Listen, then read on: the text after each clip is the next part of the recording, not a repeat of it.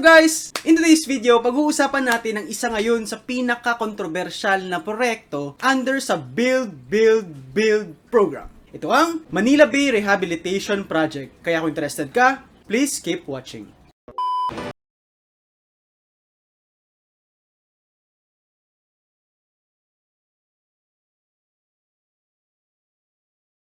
Ng beach nourishment dyan din para magano yung mga beach material niya.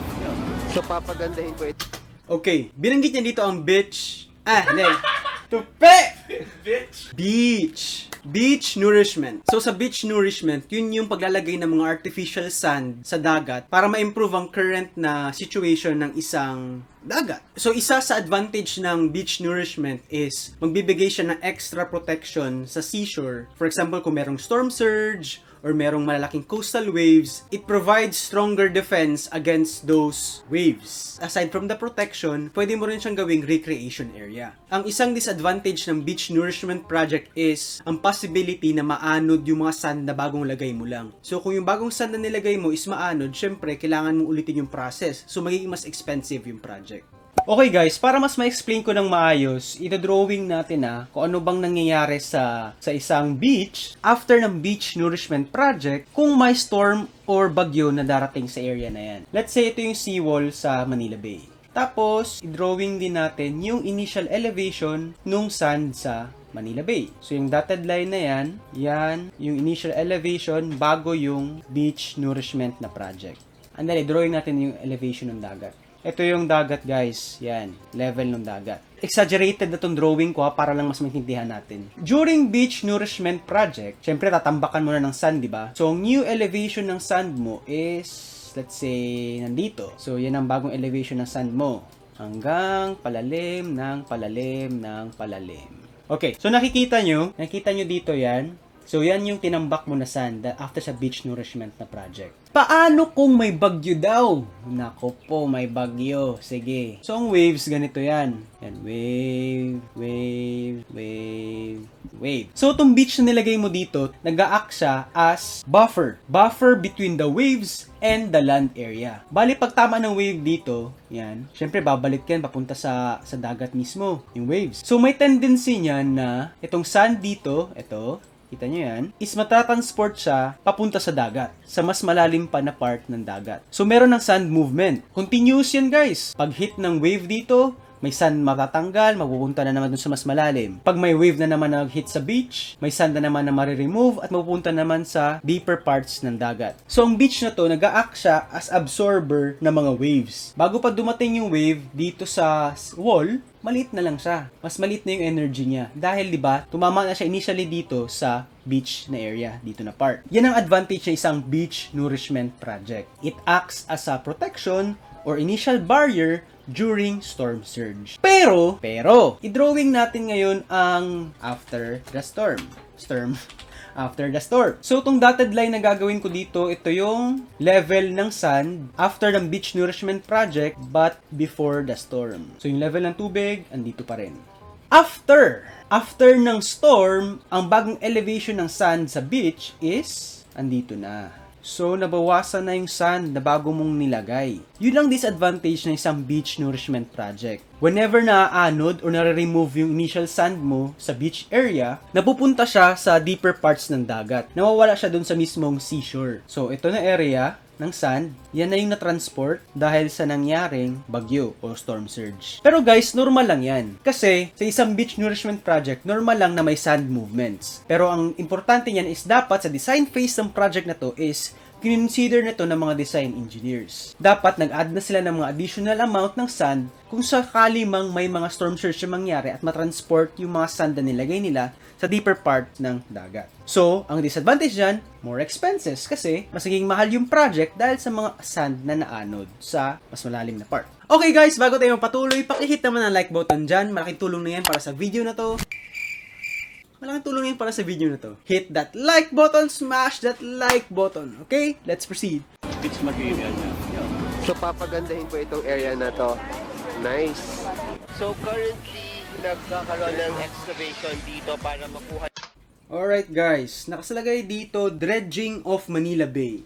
Target to remove the waste underwater. Bago natin pag-usapan kung anong dredging, nakikita nyo tong, ano ba to? Nakikita nyo tong equipment na nasa tubig? Ang tawag dito ay amphibious excavator. Isa siyang excavator na pwede mong gamitin kahit sa ibabaw ng isang shallow water. Amphibious. Ano ba amphibious? Amphibious. Parang amphibian, di ba? Yung mga palaka, yung mga crocodile. Amphibious mga crocodile. So guys, nung wala pang amphibious excavator, ang ginagawa sa construction is, naglalagay sila ng road or ng platform sa tubig para mapunta dun yung excavator, yung typical na excavator. Pero ang disadvantage ng ganun is mas mahal siya. Syempre, maglalagay ka pa ng road dyan, magtatamba ka pa ng lupa, lalagay mo pa ng platform para makadrive dun yung excavator. So currently, nagkakaroon ng excavation dito para makuha yung basura. Okay guys, ano ba ang dredging? So dredging, yun yung process of removing any sediments, debris, or any deposits on the bottom of any body of water. Sa case na to, ginagawa nila yung dredging sa Manila Bay. Let's continue!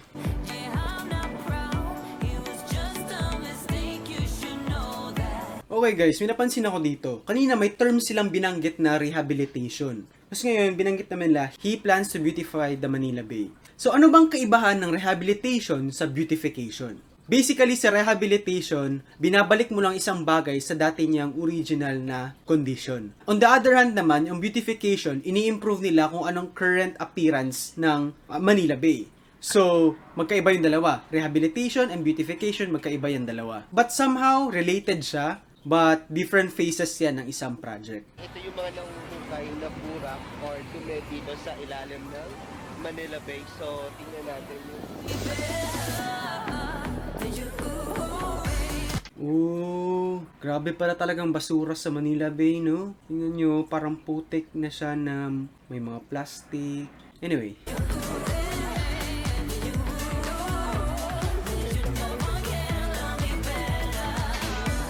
Guys, siguro hanap pa tayo ng iba pang video kasi gusto ko yung close-up video na parang makikita natin yung mismong malapitan. Close-up nga, malapitan ba?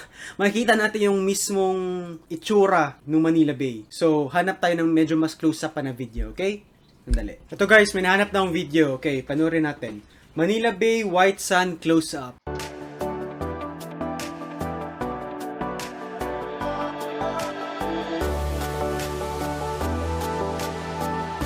Okay guys, nakasulat dito, geotextiles are being used to prevent erosion and to clean the water. So ano nga ba ang geotextile? Ang geotextile ay isang uri ng geosynthetic product. Bali itong mga geotextile fabrics na to, ito yung nagsaseparate ng old na sand sa newly placed sand dito sa Manila Bay.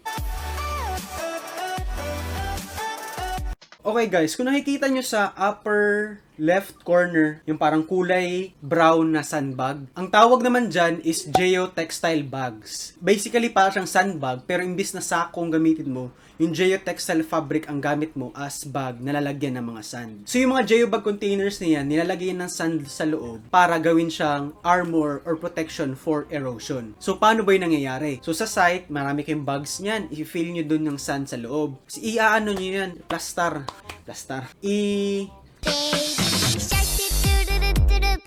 Pagpapatong-patungin nyo na yung mga geobags na yan para magi siyang parang wall. So, pagpatong-patong na yan, para ka nang may seawall. Pero hindi siya seawall. Ang maganda dito sa geobags is inaalaw pa rin niya yung tubig na mag-pass through sa kanya. Although, inaalaw niya yung tubig na makapasok sa kanya, hindi lumalabas yung sand sa loob ng bag na yun. So nami-minimize niya yung waves na pumupunta sa seashore. At the same time, nare-retain niya yung wall-like structure dahil sa mga geobugs na yan.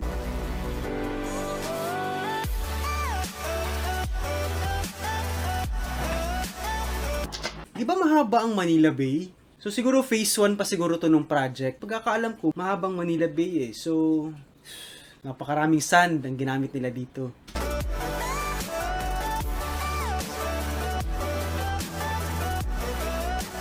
So guys, minahanap po dito ang video from Bakasyon ni Juan. So, tingnan natin Punta tayo sa taas para makita natin ng mas malapitan at mas magandang view na nangyaring pagpapaganda dito. So, ayan, let us all see this. Wow! Wow! Guys, ang ganda! Iko-compare natin to sa dating itsura ng Manila Bay Sige, hanap ako ng picture. Pa-flash ko dito. Itong previous Manila Bay. Ngayon ito ng bago. Diba? Ang ganda. Anyway, kung makikita nyo sa likod na part guys, parang nakikita nyo, parang naaanod yung sand, diba? Alam nyo guys, normal lang yan. So during a beach nourishment project, normal lang ang sand movements. Ang tawag dyan is profile equilibration. So ibale yun yung natural process ng sloping ng dagat sa tulong ng waves at ng mga currents. Hindi ibig sabihin na pag na-erode yung sand dito na part, nakita niyo sa dulo, wala na siya, naanod na siya kung saan man. Ibig sabihin, trinansport lang siya ng currents at ng waves sa other part ng profile ng dagat. So guys, itong mga sand loss na to or sand movements, dapat kinonsider na to during design phase ng project. Kasi usually it takes 12 months or 1 year para yung sand na nandito is totally ma-distribute na sa buong area. So, mahabang panahon, di ba? So dapat during design phase pa lang, na-consider na yung cost na ito ng mga design engineer.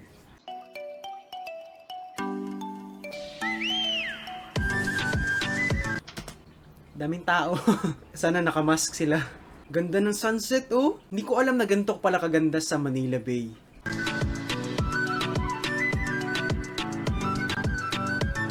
Ganda. Ganda ng Manila Bay, ah. Buffalo soldier, Wow! dread like a rasta. There was a buffalo soldier.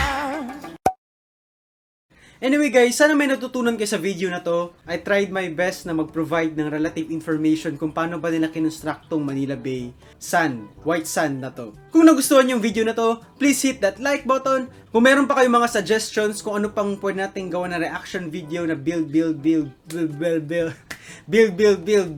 project, i-comment nyo lang dyan sa baba. And see you in the next video guys. Bye!